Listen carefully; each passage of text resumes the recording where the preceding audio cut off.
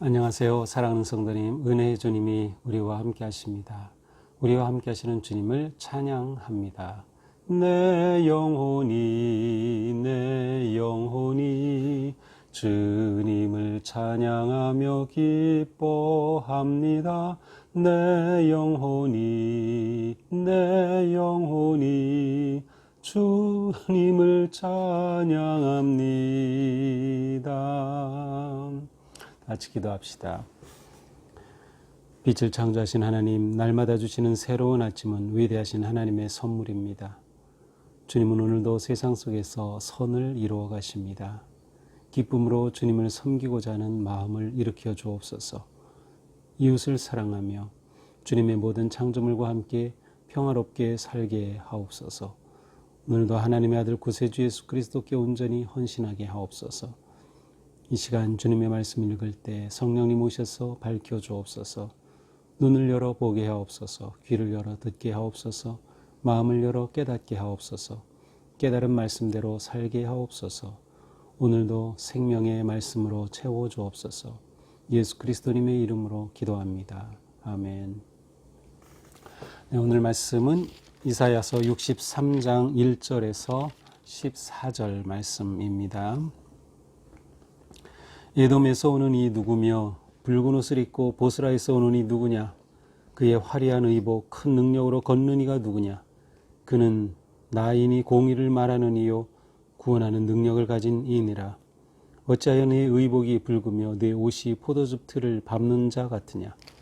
만민 가운데 나와 함께한 자가 없이 내가 홀로 포도즙 틀을 밟았는데 내가 노함으로 말미암아 무리를 밟았고 분함으로 말미암아 짓밟았으므로 그들의 선혈이 내 옷에 튀어 내 의복을 다 더럽혔음이니 이는 내 원수가 없는 날이 내 마음에 있고 내가 구속할 해가 왔으나 내가 본즉 도와주는 자도 없고 붙들어주는 자도 없으므로 이상하게 여겨 내 팔이 나를 구원하며 내 분이 나를 붙들었음이라. 내가 노함으로 말미암아 만민을 밟았으며 내가 분함으로 말미암아 그들을 취하게 하고 그들의 선혈이 땅에 쏟아지게 하였느니라. 내가 여호와께서 우리에게 베푸신 모든 자비와 그의 찬송을 말하며 그의 사랑을 따라 그의 많은 자비를 따라 이스라엘 집에 베푸신 큰 은총을 말하리라. 그가 말씀하시되 그들은 실로 나의 백성이요 거짓을 행하지 아니하는 자녀라 하시고 그들의 구원자가 되사 그들의 모든 환난에 동참하사 자기 앞에 사자로 하여금 그들을 구원하시며 그의 사랑과 그의 자비로 그들을 구원하시고 옛적 모든 날에 그들을 드시며 안으셨으나 그들이 반역하여 주의 성령을 근심하게 하였으므로 그가 돌이켜 그들의 대적이 되사 친히 그들을 치셨더니 백성이 옛적 모세의 때를 기억하여 이르되 백성과 양 떼의 목자를 바다에서 올라오게 하시니가 이제 어디 계시냐? 그들 가운데에 성령을 두시니가 이제 어디 계시냐? 그의 영광의 팔이 모세의 오른손을 이끄시며 그의 이름을 영원하게 하려 하사 그들 앞에서 물을 갈라지게 하시고 그들을 깊음으로 인도하시되 광야에 있는 말같이 넘어지지 않게 하시니가 이제 어디 계시냐? 여호와의 영이 그들을 골짜기로 내려가는 가축같이 편히 쉬게 하셨도다. 주께서 이와 같이 주의 백성을 인도하사 이름을 영화롭게 하셨나이다 하였느니라. 아멘. 빛과 생명 되신 말씀 날 인도하소서. 우리 같이 이사야서의 말씀 이달의 암송 선고 함께 외워보겠습니다. 그가 찔림은 우리의 허물 때문이요 그가 상함은 우리의 죄악 때문이라. 그가 징계를 받음으로 우리는 평화를 누리고 그가 채찍에 맞음으로 우리는 나음을 입었도다. 우리는 다 양 같아서 그릇 행하여 각기 제 길로 갔거늘 여호와께서는 우리 모두의 죄악을 그에게 담당시키셨도다. 이사야서 53장 5절 6절 말씀. 아멘. 네, 이제 오늘 말씀은 한 그 장면으로부터 시작하는데요. 그것은 이제 파수꾼이 이 성벽에서 이렇게 밖을 이렇게 경계하고 있는데 에돔에서부터 누군가가 달려오는 그러한 모습을 봅니다. 그래서 이렇게 외치죠. 에돔에서 오는 이 누구며 붉은 옷을 입고 보스라에서 오는 이 누구냐. 보스라는 이제 에돔 땅의 한 그 도시이고요. 지금도 그 폐허가 남아 있다고 합니다. 자, 에돔은 사실 그 에서가 그 조상이죠. 그러니까 에서의 동생 야곱이 이스라엘의 조상이 되니까 사실은 이스라엘과 형제 민족입니다. 그런데 이제 에돔은 사실 이스라엘과 그렇게 친밀한 또 좋은 관계를 그렇게 거의 맺지를 못했어요. 출애굽해서 광야를 지날 때에도 거절하였고, 특별히 이제 남유다가 바빌론에 멸망할 때에는 완전히 바빌론 편을 들어서 유다가 멸망하는데 일조를 하였고, 또 유다가 멸망한 후에는 에돔이 죄송합니다. 자꾸 다른 말이 나오네요. 에돔이 자신들의 유다와의 경계 지역을 자신의 땅을 더 넓히면서 침투에 들어와서 차지하기도 하였습니다. 이제 바로 이러한 땅이 에돔입니다. 자, 그런데 그쪽에서부터 누가 붉은 옷을 입고 오는 것입니다. 그래서 누구냐 이렇게 묻죠. 화려한 의복 큰 능력으로 걷는 이가 누구냐. 옷을 보니까 보통 옷이 아닙니다. 엄청 화려한 옷을 입었는데 그 자태 또한 늠름하고 능력 있는 모습이에요. 저 누구냐 이렇게 묻습니다. 그러자 대답하죠. 그는 나다. 나다. 예, 나다. 이 표현 자체가 하나님을 드러냅니다. 나다. 여호와라는 이름이 나는 나다. 그러한 그 의미가 있죠. 하나님의 등장입니다. 나다. 공의를 말하느니 구원하는 능력을 가진 이니라. 바로 그게 나다라고 말씀하시죠. 그러다 또 묻죠. 2절 어찌하여 내 의복이 붉으며 내 옷이 포도즙들을 밟는 자 같느냐. 그런데 어떻게 옷이 그렇게 다 붉게 물들었느냐. 포도즙 틀을 밟은 것처럼 그렇게 다 묽게 물들었느냐. 그러자 3절에 대답합니다. 만민 가운데 나와 함께한 자가 없이 내가 홀로 포도즙 틀을 밟았는데. 자, 홀로 포도즙 틀을 밟았다. 그런데 이 포도즙 틀을 밟는다는 것은 비유적인 표현입니다. 그것은 한 나라를 멸망시키고 침략하고 무너뜨리고 파괴하는 것을 비유적으로 나타내는 말이에요. 내가 노함으로 말미암아 무리를 밟았고 분함으로 짓밟았다. 그들의 선혈이 내 옷에 튀어 내 의복이 더럽혔습니다. 이는 내 원수 갚는 날이 내 마음에 있고 내가 구속할 해가 가까웠으나 도와주는 자 붙들어주는 자 없으므로 내 팔이 나를 구원하며 내 분이 나를 붙들었습니다.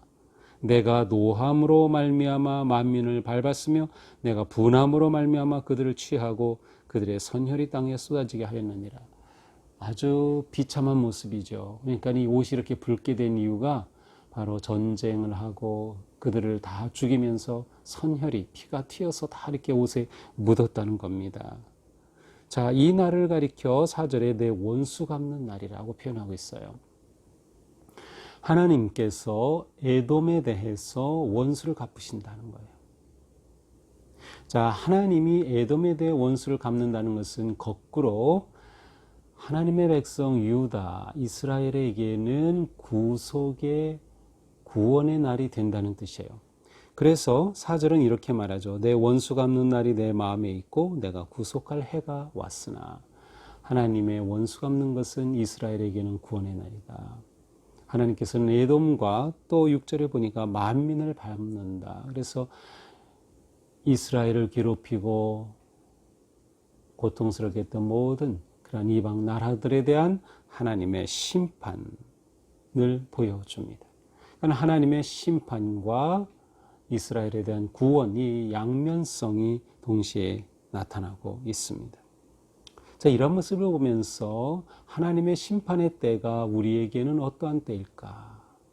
하나님의 심판의 때가 우리에게도 심판의 때가 될 것인가? 아니면 우리에게는 구원의 해가 될 것인가? 바로 우리가 하나님 앞에 어떤 존재이며 어떻게 사느냐가 얼마나 중요한지 알 수 있어요.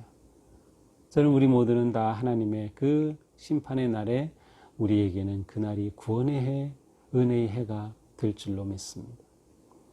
자, 이어서 하나님께서 그러면 이렇게 에돔을 멸망시키고 심판하시면서 이스라엘을 구원하시려고 하는데 그 하나님께서 이스라엘에게 베푸실 은총에 관해 말하고 있습니다. 7절입니다. 내가 여호와께서 우리에게 베푸신 모든 자비와 그의 찬송을 말하며, 여기서 말한다는 뜻은 기억한다는 단어입니다. 기억한다.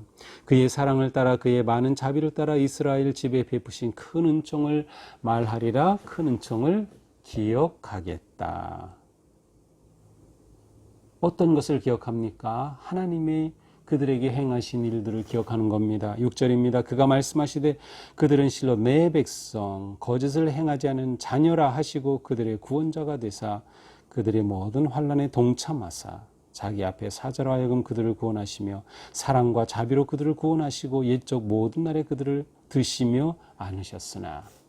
자, 하나님께서는 이스라엘 백성들을 향해서 그들은 내 백성이다. 그리고 거짓을 행하지 않는 자녀다. 그래서 그들을 구원하여 주셨다는 거예요. 9절에 보니까 그들의 환난에 동참하사 그들이 울부짖을 때 하나님이 응답하시고 그들이 고통 중에 있을 때 그들 가운데 나타나시죠. 그 민족적인 경험이 뭡니까? 바로 출애굽이죠. 이집트에서 노예로 고통당할 때 그 울부짖음을 하나님이 들으시고 그들을 구원하셨어요. 그래서 마치 그들을 드시고 번쩍 들어주시고 안아주신 것처럼 그렇게 그들을 사랑하시고 구원해 주셨던 겁니다. 그래서 하나님의 백성으로 삼아주셨어요. 그러나 무슨 일이 일어났습니까? 10절 그들이 반역하여 주의 성령을 근심하게 하였으므로. 하나님이 이렇게 은혜를 베푸셨지만 하나님의 백성들이 반역하였어요. 그래서 하나님을 근심케 하였어요. 그래서 하나님께서는 돌이켜 그들의 대적이 되사, 그들이 하나님을 돌이켰기 때문에 할 수 없이 하나님께서 그들을 공의로우시는 하나님은 그들을 심판하시는 겁니다. 그들을 대적하실 수밖에 없어요. 그들이 하나님과 돌이켜 떠날 때, 하나님을 돌이켜 떠날 때 하나님도 그들을 돌이켜 심판하셔서 바벨론에 멸망하게 되었던 것이죠. 그러나 희망은 아직 있습니다. 11절에 백성이 옛적 모세의 때를 기억하여 이르되, 그러나 백성들은 지금 고난과 어려움 가운데 있지만 기억을 합니다. 언제? 모세의 때를 기억하는 거예요. 백성과 양떼의 목자를 바다에서 올라오게 하신 이가 이제 어디 계시냐.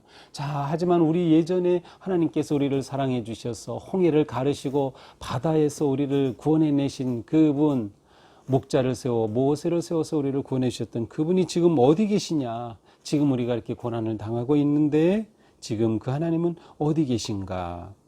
우리가 그 하나님을 찾아야 하지 않겠느냐? 그들 가운데 성령을 두신 이가 어디 계시냐? 그래서 성령은 역사에 개입하여 일하시는 하나님을 가리키죠. 그 하나님이 지금 어디 계시냐라고 하면서 그들은 하나님을 찾고 있습니다. 12절입니다. 그의 영광의 팔이 모세의 오른손을 이끄시며 그의 이름을 영원하게 하려 하사 그들 앞에서 물을 갈라지게 하시고, 왜 그 출애굽의 그 놀라운 민족적 경험을, 기억을 되살리는 겁니다. 이렇게 하지 않으셨느냐? 모세의 오른손을 이끄시고 그 홍해를 무리를 갈라서 우리가 건너게 하지 않으셨느냐? 광야에 있는 말같이 넘어지지 않게 하시니가 이제 어디 계시냐? 그런데 그 주님 이제는 어디 계신가? 왜 우리가 이렇게 고통 가운데 있는가? 그들이 하나님을 찾게 됩니다. 14절 여호와의 영이 그들을 골짜기로 내려가는 갓주까지 편히 쉬게 하셨도다. 주께서 이와 같이 주의 백성을 인도하사 그 이름을 영화롭게 하셨나이다 하였느니라. 이처럼 우리를 영화롭게 하셨던 그 주님 지금 어디 계시지라는 거예요. 그러면서 그 하나님의 옛적의 은혜를 기억하고 있습니다. 자, 이 은혜를 기억하고 하나님을 찾게 될 때 그들이 하나님을 배반하였음을, 하나님을 떠나 돌이켰음을 깨닫게 되겠죠. 그래서 이제 오늘 말씀 여기서 끝나지만 이제 내일 말씀에서는 그들이 하나님께 기도하게 됩니다. 자, 그것은 내일이고요. 자, 오늘은 여기까지입니다. 자, 오늘 말씀을 보면서 우리는 환난의 때에, 역경의 때, 고난의 때에 우리는 하나님을 기억하고 찾아야 한다. 지금이야말로 우리가 하나님의 은혜를 기억하며 하나님을 찾아야 할 때입니다. 하나님 지금 어디 계신가요? 하나님 계속되는 코로나 위기, 이 고통, 내 삶에 닥친 이 어려움, 이 상황 속에 하나님 어디 계신가요? 하나님을 찾는 것이죠. 하나님을 찾고 기억할 때 우리의 삶에 변화가 나타나고 희망이 생기게 됩니다. 우리의 예배의 핵심은 하나님을 기억하고 찾는 것입니다. 우리는 예배를 드릴 때마다 우리를 향한 하나님의 구속의 은혜를 기억하고 감사하고 찬양하죠. 헌신하죠. 또한 우리의 삶을 드리고 또 헌금도 하죠. 이 모든 것들은 무엇인가요? 하나님의 은혜를 기억하는 겁니다. 또 기억하고 그 은혜에 우리가 응답하는 것이죠. 우리를 향한 하나님의 사랑에 대해서 우리가 사랑으로 하나님께 응답하는 것이 예배의 본질입니다. 그러니 고난의 때에는 예배가 더욱더 뜨거워야 하고 예배가 더욱더 살아있어야 합니다. 근데 지금 상황은 우리가 함께 모일 수 없는 상황이죠. 이런 상황에서 우리가 더 강렬하게, 더 뜨겁게, 더 집중하여 더 깊이 하나님을 예배함에 힘써야 한다. 하나님을 기억할 때 우리는 나아갈 길을 발견할 수 있기 때문입니다. 하나님의 사랑과 은혜 밖에는 우리가 구할 것이 없습니다. 의지할 것이 없습니다. 중요한 것은 지금 하나님은 우리와 함께 하신다는 겁니다. 우리가 구하기만 하면 하나님을 만날 수 있고 찾으면 하나님을 찾게 됩니다. 하나님은 우리를 사랑하시기 때문이고 이미 우리와 함께 해주시죠. 하나님은 지금도 여전히 일하고 계시다.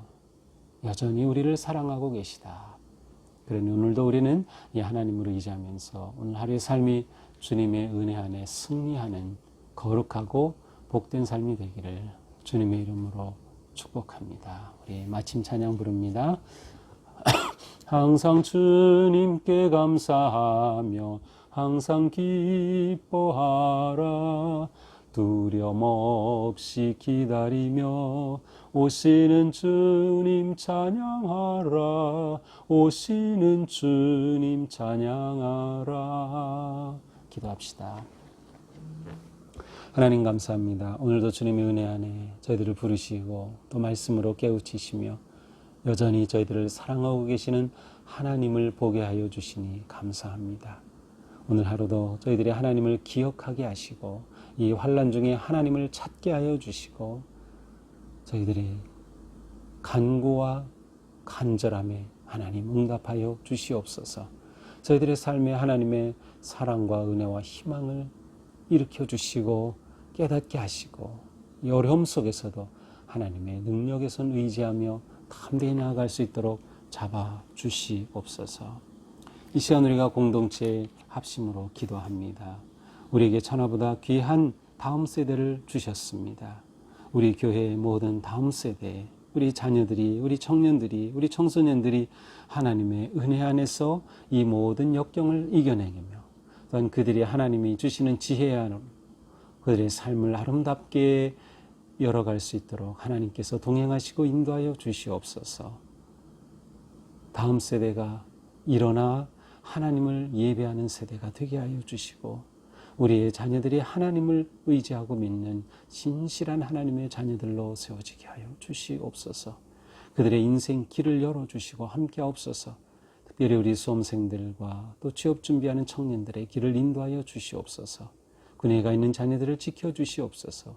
아니 우리 교회 모든 세대가 어르신들에게 이르기까지 하나님의 은혜와 돌보심 안에 강건하며 승리하도록 이끌어 주시옵소서. 이 어려운 시대에 저희들의 삶이 우리 교회가 하나님의 뜻을 이 땅에 펴는 아름답고 거룩한 삶에 승리하도록 인도하여 주시옵소서. 예수님 이름으로 기도합니다. 아멘. 네, 오늘도 주님 은혜 안에서 주님을 구하고 찾고 그 사랑 안에 승리하기를 축복합니다. 사랑합니다.